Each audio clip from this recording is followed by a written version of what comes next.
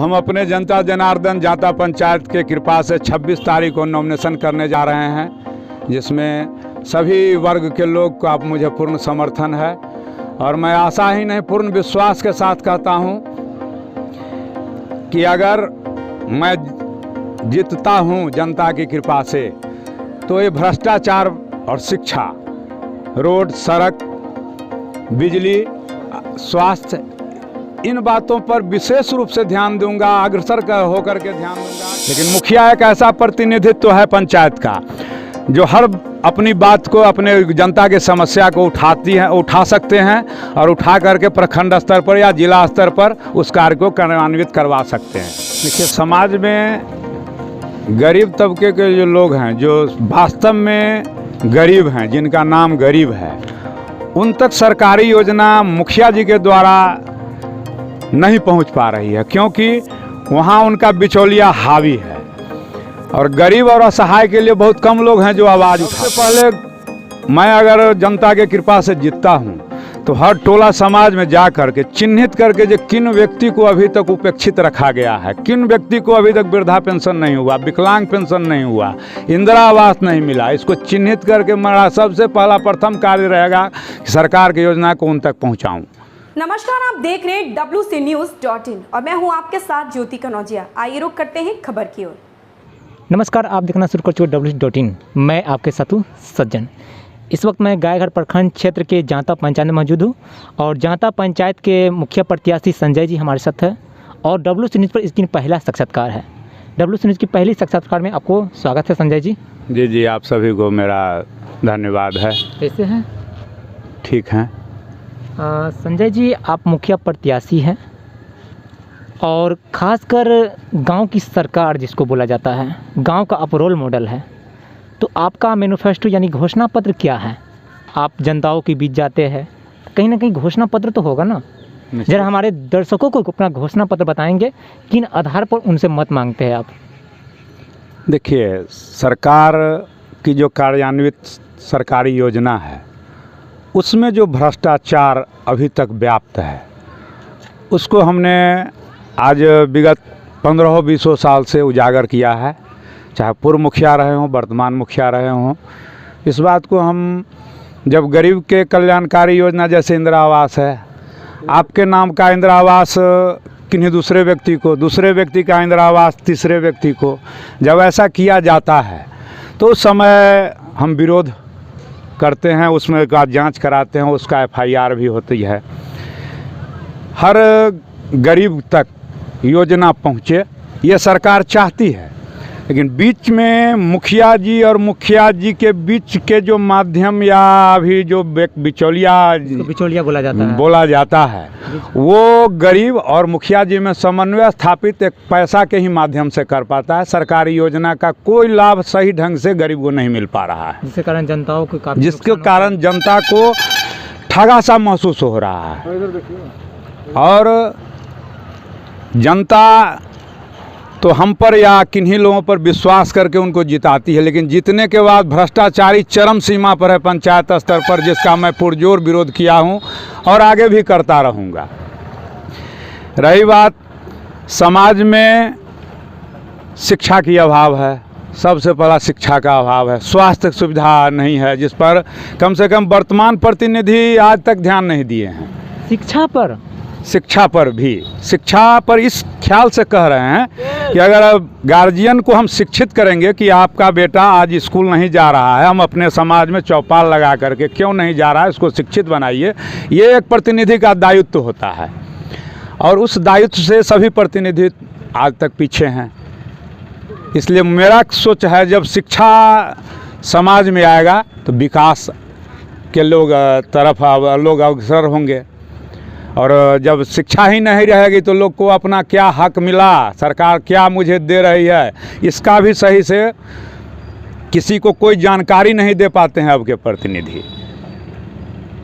गांव के विकास के लेकर खासकर जैसे सड़क योजना हो और प्रधानमंत्री आवास योजना हो और मुख्यमंत्री जी का सबसे बड़ी योजना 7 निश्चय योजना है, जैसे हर घर नल का जल। जैसा कि मैंने अनेकों पंचायतों में भ्रमण किया, वहाँ काफ़ी मुखिया का इंटरव्यू लिया, तो हमने पाया कि जो पंचायती स्तरीय पर जो ज़मीनी हकीकत कार्य है वो बिल्कुल शून्य नज़र आ रहा है। इस पर आप क्या कहना चाहेंगे? देखिए, नल जल योजना सरकार की फेलअप योजना हो गई पूरे बिहार में मेरे समझ से। क्या इस पंचायत का जो वर्तमान मुखिया वो रोल मॉडल नहीं कर पाया क्या? इस पंचायत की स्थिति अभी भी ऐसा ही है कि कम से कम 9 वार्ड में आप देख सकते हैं जा कर के, जो कहीं भी नल जल के का कार्य अगर सुचारू हुआ होगा, अगर किसी वार्ड में अभी तक 13 नंबर वार्ड में अभी तक वहाँ सरकार बोरिंग का जो शेड होता है जहाँ से बोरिंग का पानी चलता है वैसे ही है। हर माने वार्ड में एकदम नल जल की माने बद से बदतर स्थिति है। उसका कारण है क्या कि जो किसी भी वार्ड सदस्य को मुखिया जी वार्ड के सदस्य द्वारा काम नहीं नल जल का करवाए हैं, वो अपने तहत उस गरीब को बरगला करके उसका चेक ले लिए और सारा चेक भजा के अपना ढंग से अपने द्वारा वो काम किए हैं और झेलना पड़ रहा है वार्ड सदस्य को। आज हर एक वार्ड सदस्य अपने को ठगा महसूस करते हैं जब लोगों के द्वारा जानते हैं कि हाँ इसमें इतना बड़ा पैसा था। सब वार्ड सदस्य को यह भी जानकारी नहीं है कि मेरे वार्ड में कितने पैसा का नल जल योजना का कार्य किया गया है। और ये अक्षरशः सत्य है, किसी भी पुराने अभी जो वर्तमान वार्ड सदस्य हैं उनसे पूछ लिया जाए कि वो अगर कहेंगे कि हाँ हमने काम किया है तो जो कहिए सारे का सारा काम मुखिया जी उनसे चेक ले करके और अपने तय कराए हैं, जो एकदम बद से बदतर स्थिति में है। कहीं भी सुचारू रूप से कार्य पानी नहीं चल रहा है, जो माने बराबर मीडिया के माध्यम से हमने प्रकाशित करवाने का भी काम किया है। तो आपने शिक्षा पर खासकर बात हमसे किए हैं, तो संजय जी मैं आपसे पूछना चाहूँगा कि एजुकेशन ही है जो गांव का विकास करता है, एजुकेशन ही है जो हमारे देश का विकास करता है, अहम रोल अदा करती है एजुकेशन। और जब जहाँ जिस एरिया और जिस पंचायत का एजुकेशन अच्छा हो उस गांव का स्वयं विकास हो जाएगा। तो मैं आपसे एक सवाल करना चाहूँगा और मैं जानना चाहूँगा कि सरकार हर एक पंचायत में एक पुस्तकालय देती है, तो क्या इन 5 सालों में आपकी पूरी पंचायत में एक पुस्तकालय है? मेरे जाता पंचायत में पुस्तकालय की ज़मीन है, मुखिया जी के घर के ही नज़दीक है, लेकिन उस पर आज तक देख लिया जाए कि भवन का कोई शिलान्यास तक के नहीं है। 50 विधवा का मैं नाम बताऊंगा जिसको आज तक वृद्धा पेंशन नहीं मिल पाया है। सरकार माने उनको घर नहीं मिल पाया है। विकलांग हैं लेकिन उनको कोई साइकिल 5 विकलांग को हो यह बहुत है जाता पंचायत में। आज पुस्तकालय की बात है, वहाँ कम से कम समाज के हर तबके के लोग बैठ कर के कुछ किताब कुछ नोवेल पढ़ कर के शिक्षा ही अर्जित कर सकते हैं। पढ़ाई एक शिक्षा ही है।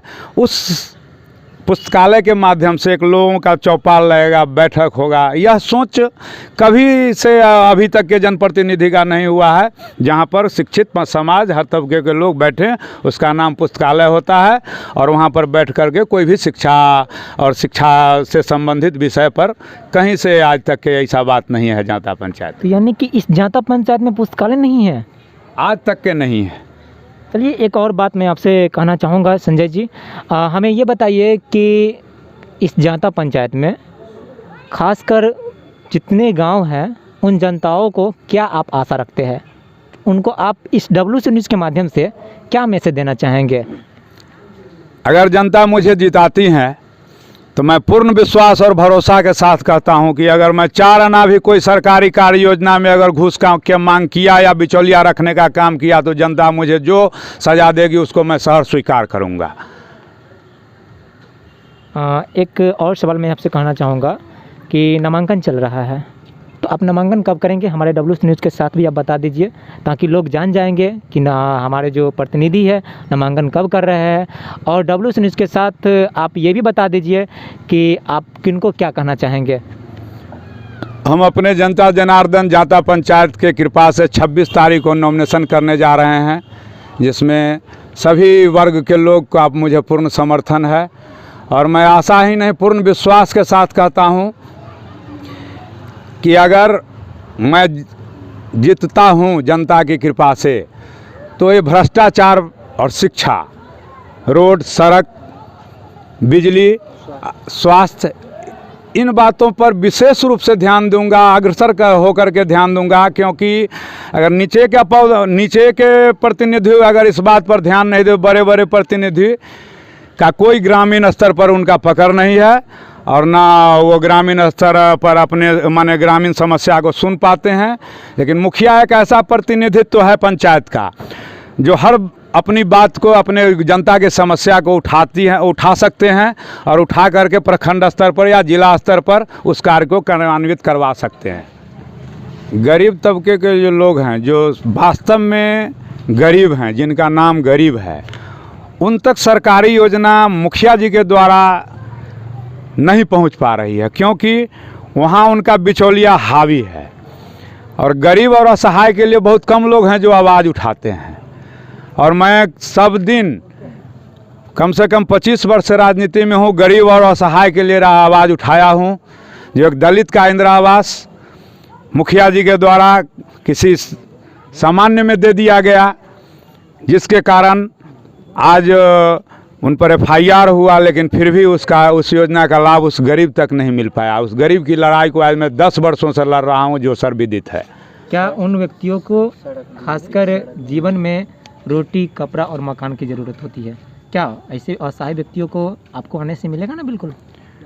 सबसे पहले मैं अगर जनता के कृपा से जीतता हूं, तो हर टोला समाज में जा कर के चिन्हित करके जो किन व्यक्ति को अभी तक उपेक्षित रखा गया है, किन व्यक्ति को अभी तक वृद्धा पेंशन नहीं हुआ, विकलांग पेंशन नहीं हुआ, इंदिरा आवास नहीं मिला, इसको चिन्हित करके मेरा सबसे पहला प्रथम कार्य रहेगा कि सरकार की योजना को उन तक पहुँचाऊँ। सड़क, बिजली, पानी, हर घर नल जल का जो व्यवस्था अभी नहीं चालू हो पाया, उसको सुचारू करना, या सरकार की जो भी गरीब कल्याणकारी योजना है उसको एकदम प्रत्यक्ष रूप में पूर्णतः लागू कराना। एक मैं आपसे बात कहना चाहूँगा, जैसे आपने कहा इस इंटरव्यू के माध्यम से कि इस पंचायत में, जाता पंचायत में नल जल का कार्य पूर्ण रूप से लागू नहीं हुआ है, पूर्ण रूप से अधूरा है, यानी कार्य अधूरा पर रखा गया है।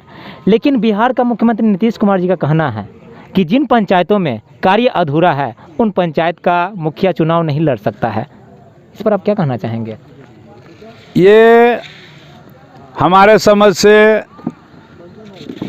हर पंचायत का यह व्यवस्था है, जो अभी तक नल जल योजना कहीं भी, मैं दावे के साथ कहता हूँ, गायघाट प्रखंड में जो 23 पंचायत है, 23 पंचायत में 10 पंचायत का कार्य कहीं पूर्ण हो पाया होगा, लेकिन और बाकी 13 पंचायत में कोई भी मुखिया अपना कार्य नल जल का पूर्ण नहीं कर पाए हैं।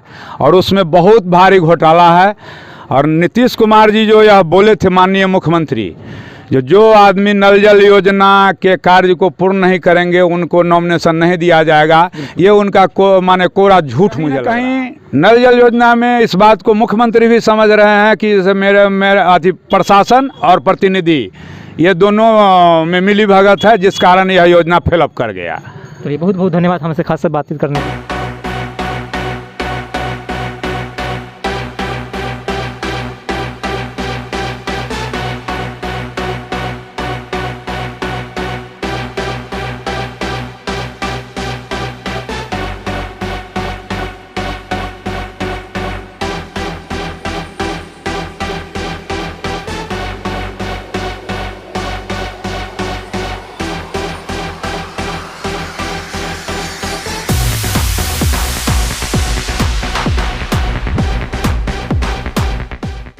ऐसे ही खबर से जुड़े रहने के लिए आप देखते रहें WCNews.in।